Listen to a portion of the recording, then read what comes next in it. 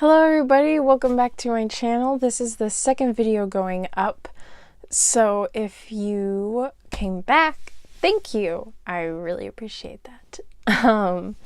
If you are new, I have one other video up on my channel at this point. So you can go look at that if you want.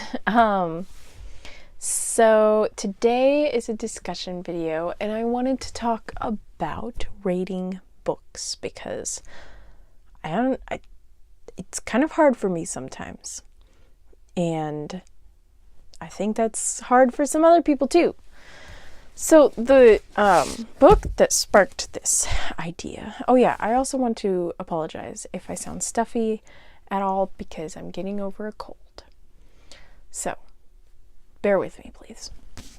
The book that sparked this idea was 10 Years in the Tub, A Decade Soaking Great Books by Nick Hornby, which is a collection of articles from the Believer magazine, and it's all of the articles from the column Stuff I've Been Reading, which was written by Nick Hornby,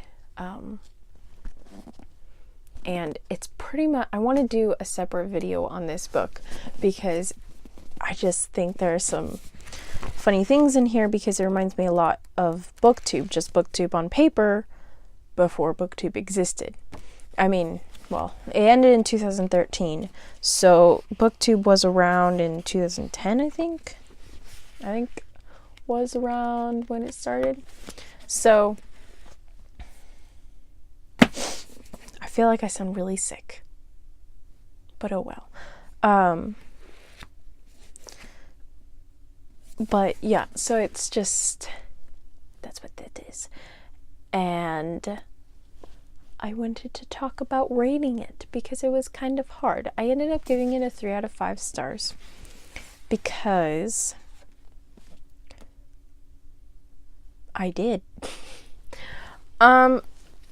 So I gave this a 3 out of 5 stars because there were some parts that were interesting. Like there were some of the articles that it's harder to rate this because it really is just a bunch of articles put together into a book. So it was kind of difficult because of that, but also some other things. Some of the articles were interesting, some of them were not. The reason why is because I wasn't necessarily interested in the books that he was talking about all the time. And this guy has very different reading tastes than I do. He reads a lot of nonfiction, which I read nonfiction sometimes, and I do enjoy some nonfiction books. But I know what type of nonfiction books I enjoy, and they're not these ones. He reads like political nonfiction stuff. And he also reads really old classics. There's like, I hadn't heard of most of these books that he mentioned in here. I'll just put this over here so I don't have to hold it anymore. Oh my gosh. Okay, never mind. I'll just put it down. It's okay. Yeah, some of the books in there I wasn't interested in, so that affected me as a reader when reading it. However, there was funny, but sometimes I was so bored with what he was talking about that I didn't even think it was funny. I was just skipping through it, really. I'll talk about it in another video to explain. But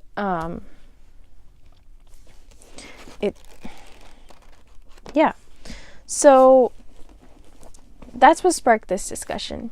But there's other things, there's a lot of aspects that make rating books really hard. So I have this rating system set up of like 5 is my favorite books of all time. I love them so much. They hold a special place in my heart, and I will always love them. The number 4 stars is a book that I really, really enjoyed. It's just not a favorite. Number 3 is, it was a really good book. There were some parts about it that I didn't like, but it was still really good. 2 stars is this book was not very good. I could see why someone might like it, but I don't like it because of these reasons. It's just not good. And 1 star is just, this was a horrible book. I don't even know how it was ever published. It's just should explode.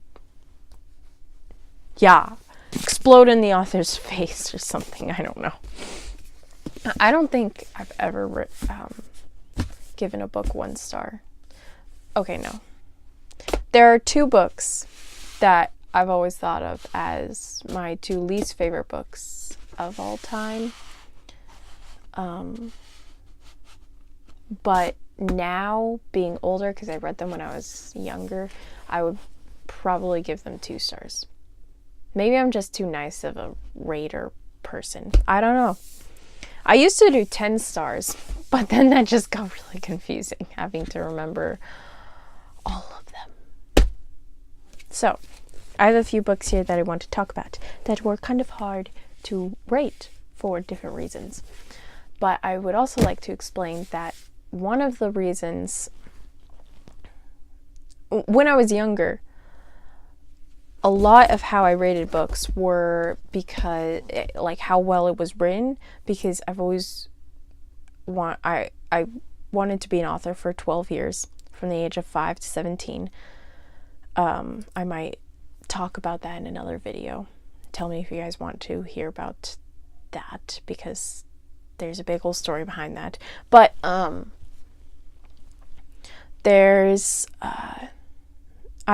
researched writing. If I wasn't writing, I researched writing and how to write. So I knew a lot of things, and I wasn't necessarily perfect at executing them all the time. But it's really easy to pick out those things in books while you're reading them. And so I would rate books off of that. Just all the things I knew about writing. Did they follow those? And how well did they follow those rules? But I don't want to say rules, because it's like, one of the things about writing is that you know these rules, but you break them often. And you can do that in a fine way. But some people don't. Yeah. So there's that. I used to always rate books. Those are my dogs. Hopefully they stop. They've been barking at our chickens all day. Hopefully they stop, and hopefully you can't hear them too much.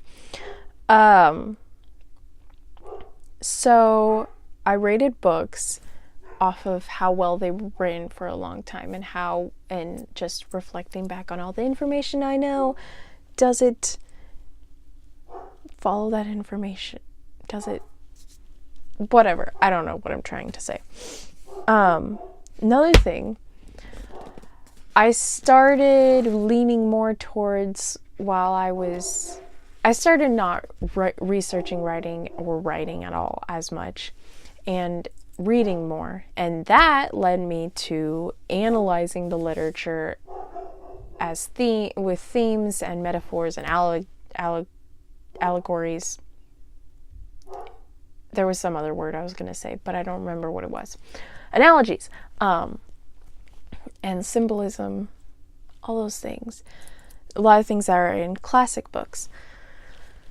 So I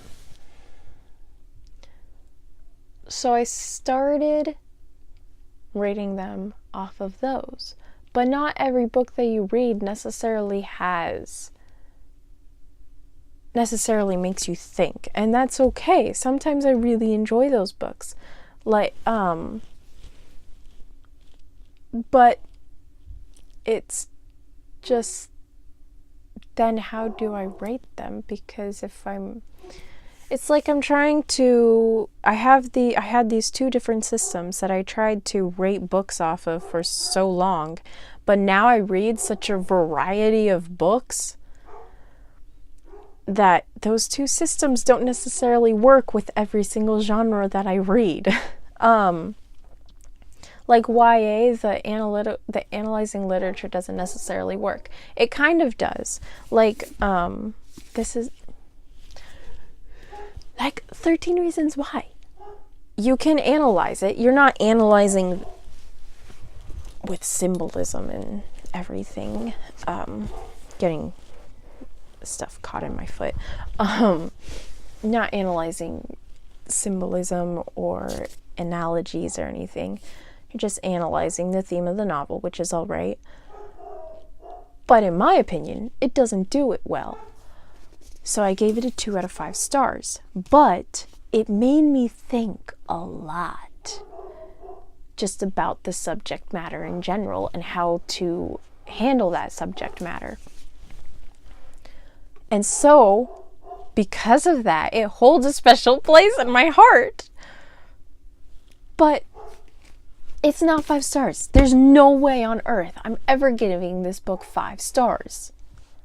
So then there's that. And my dogs are so loud. I'm sorry. I really wish I should have put them outside. I should have put them outside before I did this. Yeah, I already filmed this video once. Okay, so I don't want to do it again. And yeah, it didn't work the first time, so I had to redo it all. Yeah, so that's another thing that makes rating books kind of difficult. There's also like books like The Hobbit. I gave this 4 out of 5 stars. When I really should have given it like 3 out of 5 stars because I didn't really enjoy it. I felt like it deserved more like a 3 out of 5 stars because I didn't really enjoy it when I read it. But I know that it was just at the time that I read it. I just skimmed through it because I was not in the mood to read fantasy at that moment. I'm still not in the mood to read fantasy. I don't know when I'm going to be in the mood to read fantasy again. I may never like The Hobbit. But then that just breaks my heart because I really like the movies. Plus, I know that I do like it. It's just a matter of making myself like it. Sit down and like it. I was not in the mood for the book when I read it. I just skimmed through it. So I gave it I should have given it 3 out of 5 stars, but because I knew I would have liked it had I read it at a different time, I gave it 4 out of 5 stars. But I didn't enjoy it the first time. I really should just go change it to 3 out of 5 stars, actually. Why don't I just do that? You know, I think I'm going to do that because I read it again and then I just change my rating. I put another rating because, yeah, I put my ratings in front of the book. I put when I started it and then when I ended it and then a bunch of stars at the bottom and then fill in the stars that I think it deserves. And then if I reread it, I do it again. And it may end up with a different rating. So I probably should just do that.